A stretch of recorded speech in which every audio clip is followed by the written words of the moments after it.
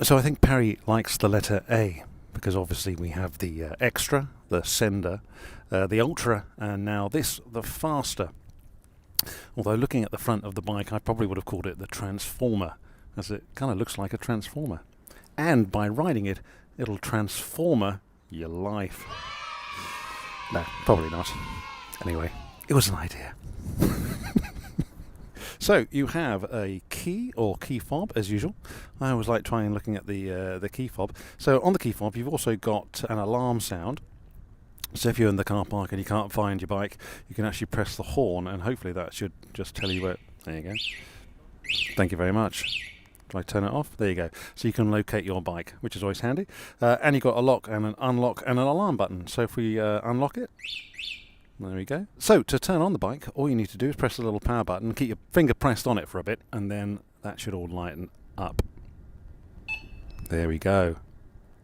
Very nice. So at the moment we are at 4%, 100%.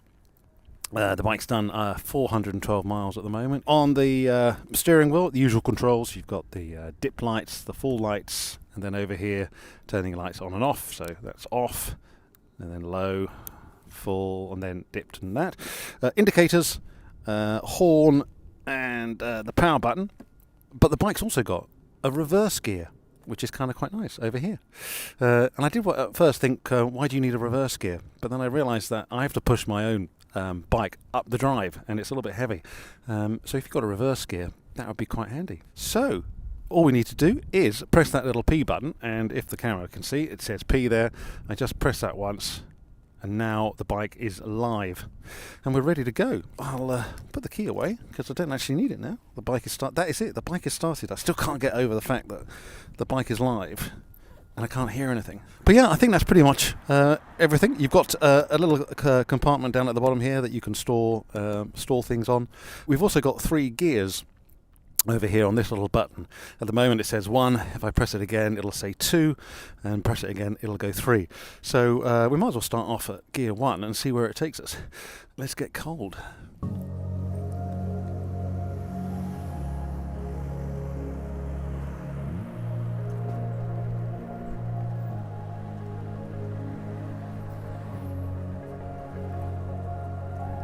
Well, it's very smooth. The throttle is actually quite smooth. It's got a little bit of give in it, which is nice.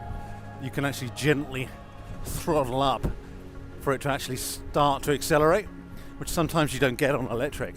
Sometimes you just do that and you're off. So that's kind of nice that you've got a little bit of control. So I'm only in gear 1 and I'm doing a lovely comfortable 26, and I'm not anywhere near the top at the moment. So already this is like the speed you'd get on the Extra and the Sender.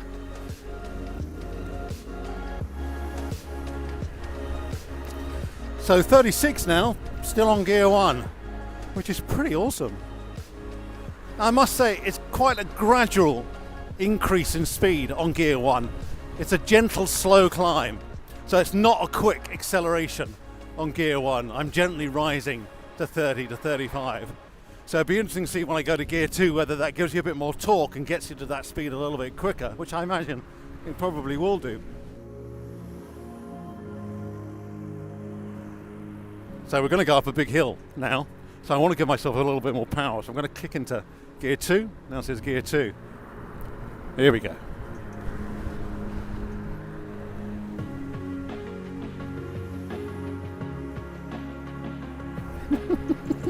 I've actually got a smile on my face. This really is quite fun to ride.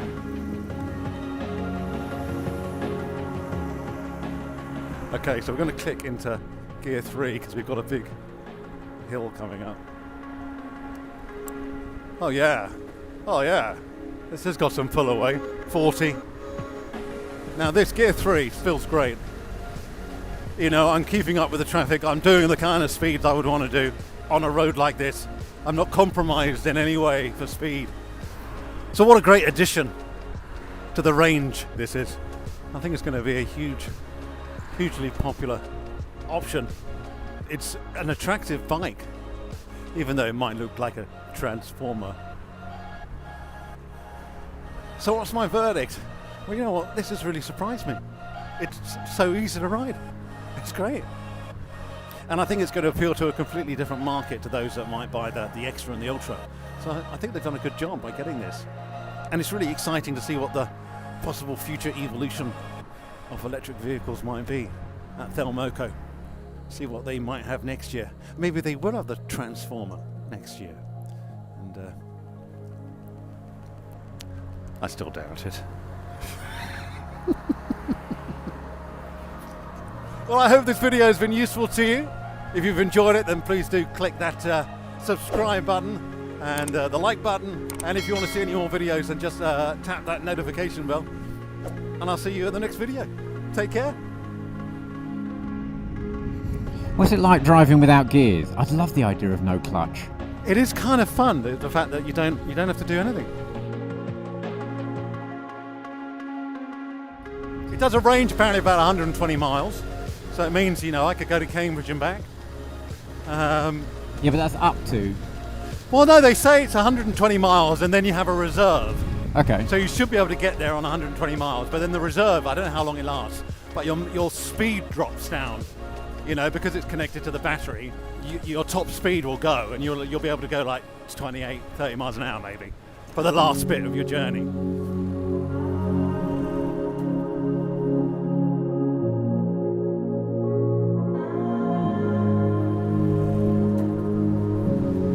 Okay, so what are we doing? We are doing 56 miles an hour.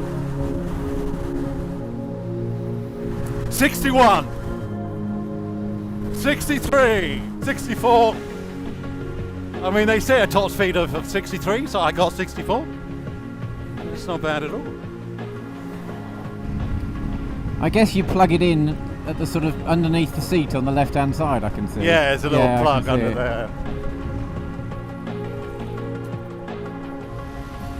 But it's perfectly nippy for the environment. Oh, it'd be great. I think it's a nice little bike. And I think it's a very reasonable price, because all the ones I was looking at were a lot more. The only ones you could get for sort of 7 or 8 grand were, they kind of looked like off-roady type bikes, you know, very thin, had a range of about 55 miles, top speed of about 56 miles, whereas that one actually has brought the cost down. That is obviously modern technology, and yet it's half the price of this bike. But if you think someone's got to go into London and back, that's a lot easier to ride. Oh yeah, it's quite light. Can you ride that on a restricted access? Because it's still classed as an L3E or whatever the terminology is. You can ride it on a CVT plate. So yeah, brilliant. Well, that means at the age of sort of 16, 17, you could buy one of those. Yeah.